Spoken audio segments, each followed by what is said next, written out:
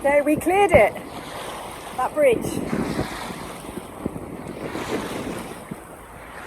And sometimes, you know, when you're motoring through the night, you just really don't know what's ahead of you. And as the sun comes up, it reveals these fishing boats laying nets literally across the shipping lanes. And now this storm that we're worried about seems to be here, behind us. And I don't think it's catching up, but it's definitely building into a massive storm.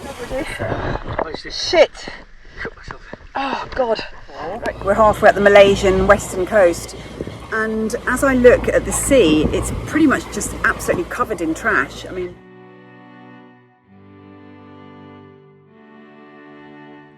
so we've heard conflicting reports about the drinkability of the water in this marina. Most people say it's fine. The people who say that it's not say they use filters. So I'm putting it through a 5 micron filter and an active carbon filter to go in.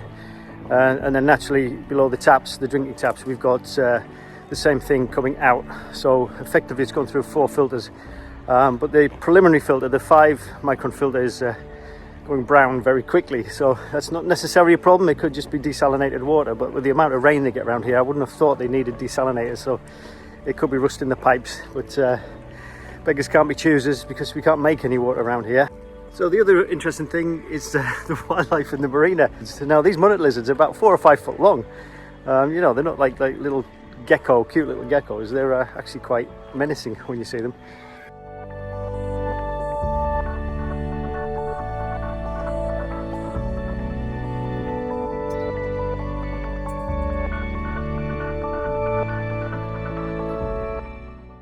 So obviously there's maintenance to do in every sort of port of call.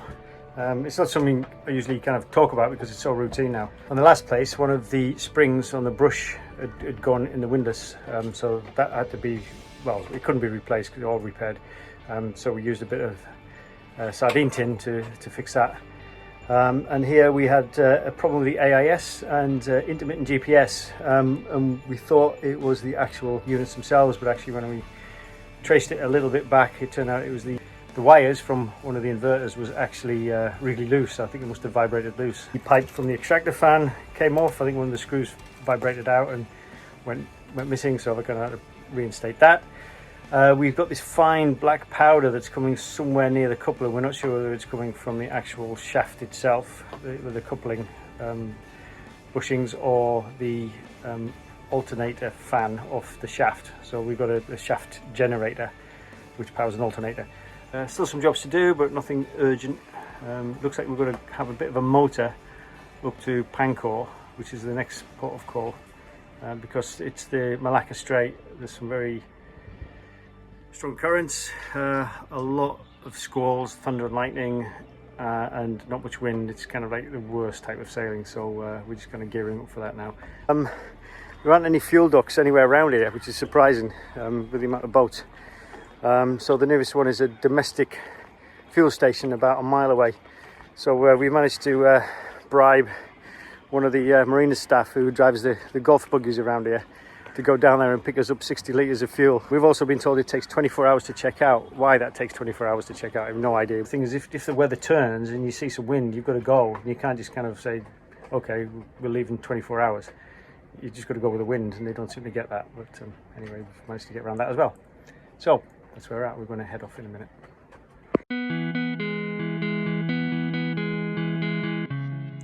To leave our marina, there is a bridge that we have to pass under that crosses between Malaysia and Singapore. In reality, there's about 2 metre clearance, but it never looks good when we're going underneath it. Okay, we cleared it, that bridge.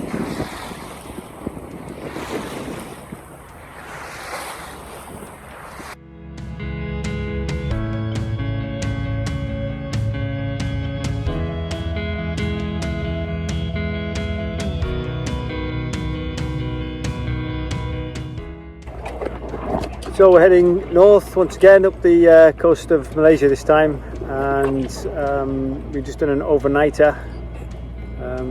We started off with wind on the nose, and we were in half a mile to anchor, but then the wind dropped, so we thought, well, we'd motor on a little bit more. Then we caught a little bit of wind, and as the sun comes up this morning, the wind's dropped again, so we're motoring again. So not the best of sails. The other thing is, even though we're in the outer shipping lane, which is for coastal traffic, sometimes you're motoring through the night, you just really don't know what's ahead of you. And as the sun comes up, it reveals these fishing boats laying nets literally across the shipping lanes. It makes it all the more tricky when you're motoring. Obviously you don't want to catch the nets around the prop, so it's a bit hazardous.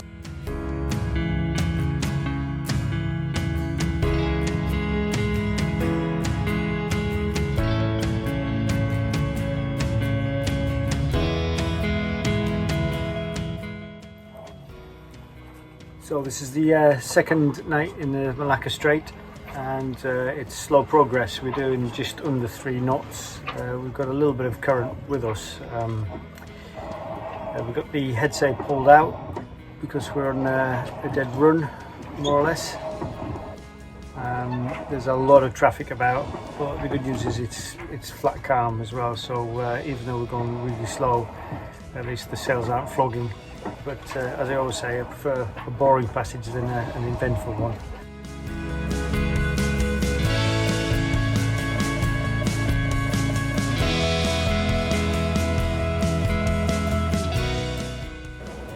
So we're coming into Pangkor now, and we've decided not to go into the marina, but we're going to anchor between 2 islands because we've heard that the depth is on the edge really for our draft, and it's a very busy shipping lane here. There's kind of an oil refinery and boats and fishing boats going in and out, plus we've heard there's fishing nets in the shallows as well. So even though it wouldn't be our first choice to anchor in the dark in an unfamiliar location, sometimes it's just the way it is. You don't have much choice, but luckily the sea's calm and the storm which was forecast is held off, even though we can see the lightning on the horizon. So we're going in between the 2 islands to a marked anchorage. We've got the Google Earth so we can see the satellite image, and obviously we've got the Navionics chart as well.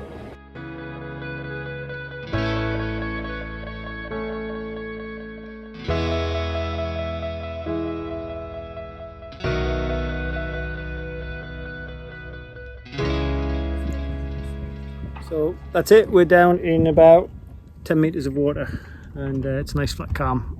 So engine off, and maybe have a celebratory beer and then bed. If you like following our story, please hit the super thanks and help towards the creation of these videos. And if you'd like to have more access, we would love it if you join our Patreon family, where you get ad-free videos, cockpit sessions, downloads, guides, and you can message us directly.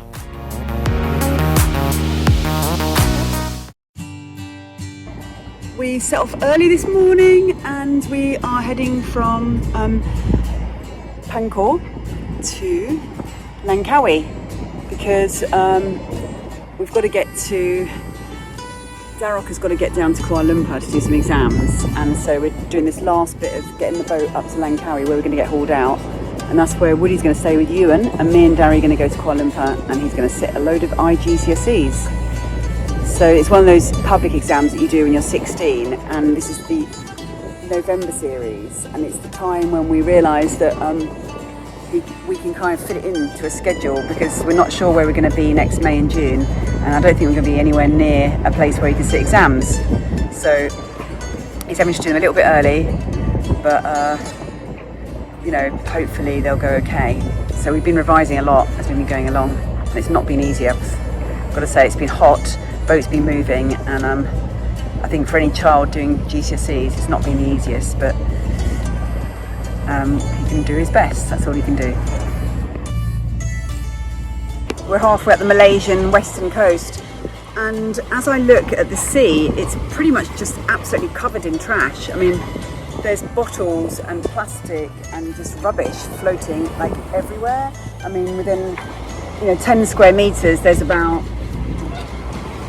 10 bits of visible plastic and loads of other smaller pieces just everywhere. I don't know whether it's all come out of some rivers or where it's come from. So we're on the final leg now to Langkawi, which feels good. It should only be a 2-day sail hopefully, but there's no wind. Luckily there's some current with us, Lots of fishing boats, which is why we don't really want to travel at night.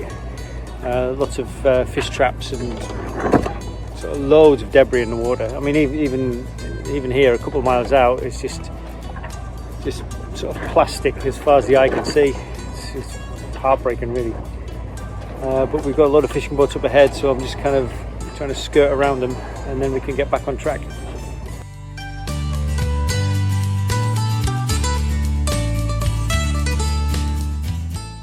So another 5:30 start from Kendi Island. We stopped there because there was a storm forecast overnight, a kind of halfway anchorage between Pangkor and Langkawi. Sometimes it's hard to differentiate between the debris and the fishing nets. And so motoring through the night is not the best option, really, because we don't want to get obviously a prop wrap with these nets.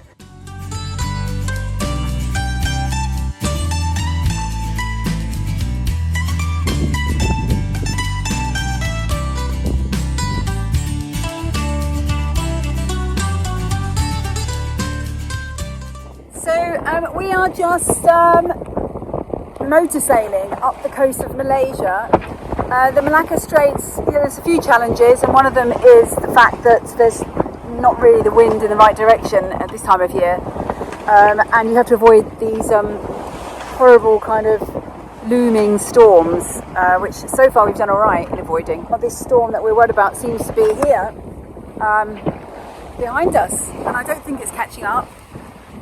But it's definitely building into a massive storm. So I'm glad we're kind of going that way.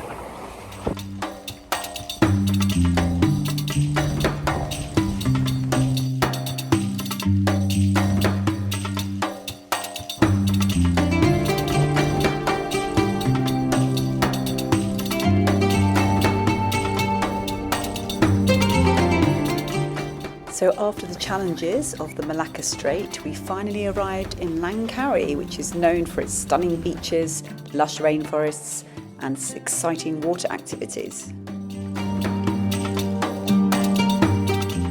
This morning we picked up the anchor. We heard this vibration. I suddenly thought, oh, we should really check that first. So we came round to this next anchorage just around the corner. We got through all the way to Indonesia, Malaysia and Singapore, 12 miles before our destination, and we've picked up some mooring line or some fishing line or something on the prop.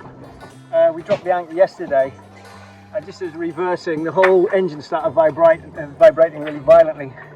So we checked it this morning, and there's a big thick rope wrapped around the prop, so I'm just going to try to clear it. Visibility is about 2 meters. It's really terrible. I'm kind of relieved that we have found what it is, because if the vibration was something different, then we don't know what it is, but we know it's this thick rope.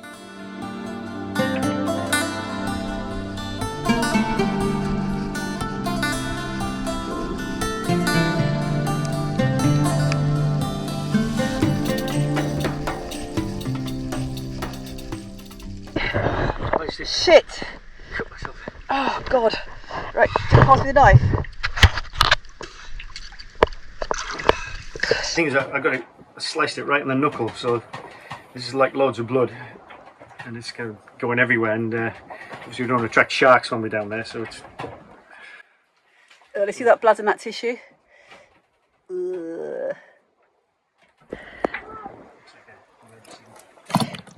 Oh, there's blood everywhere. Dry blood. With Woody now out of action, it was my turn to have a go at clearing the propeller.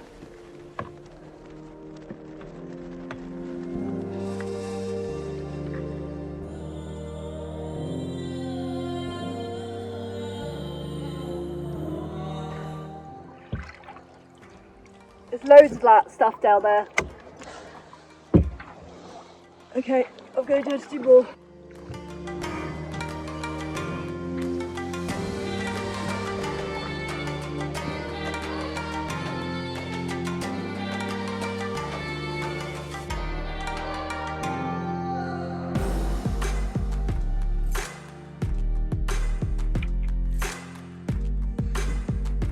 Pick that up.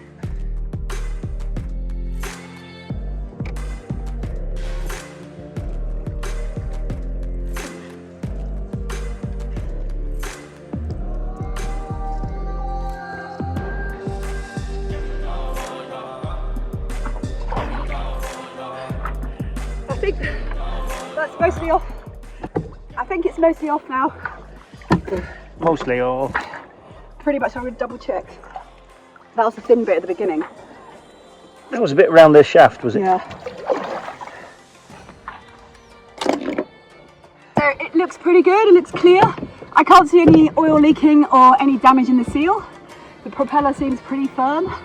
So I think we did it.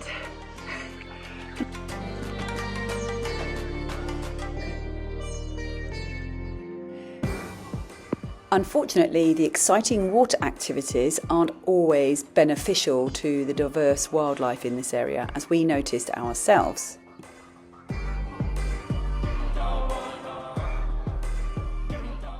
Next to this UNESCO Global Geopark, there are dolphins slowly swimming around. However, the jet skiers that are driving at high speeds can hardly even see them.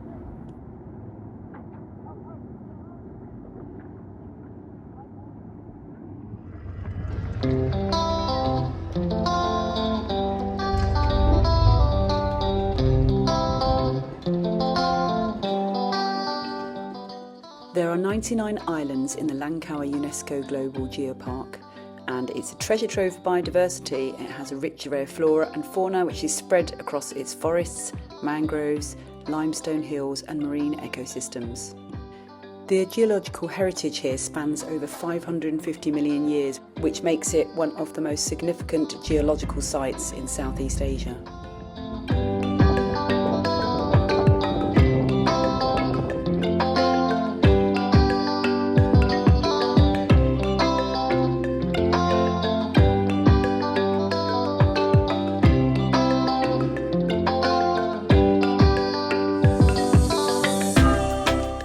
We even found the Singapore Yacht Club, and you register as a member by leaving your boat name on a board.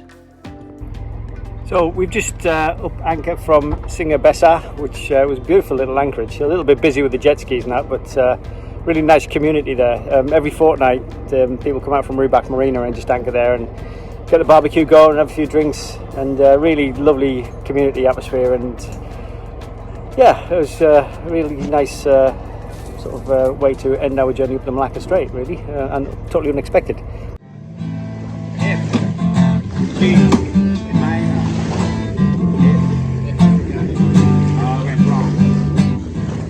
But anyway, we're heading into town and drop anchor because Arenka and Dari are going to head to Kuala Lumpur tomorrow for Dari to do his exams, and me and you will be left on anchor. So we're looking forward to explore the area. We probably won't move that far, to be honest, but just see what we can do for the next 5 weeks, really.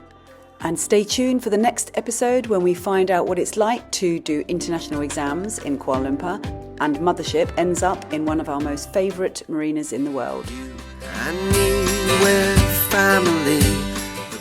So stay tuned for more adventures as we sail around the world. If you want to find out how to fix your boat, go to our Mothership maintenance channel, and if you've got any questions you want to ask us, join our Patreon family.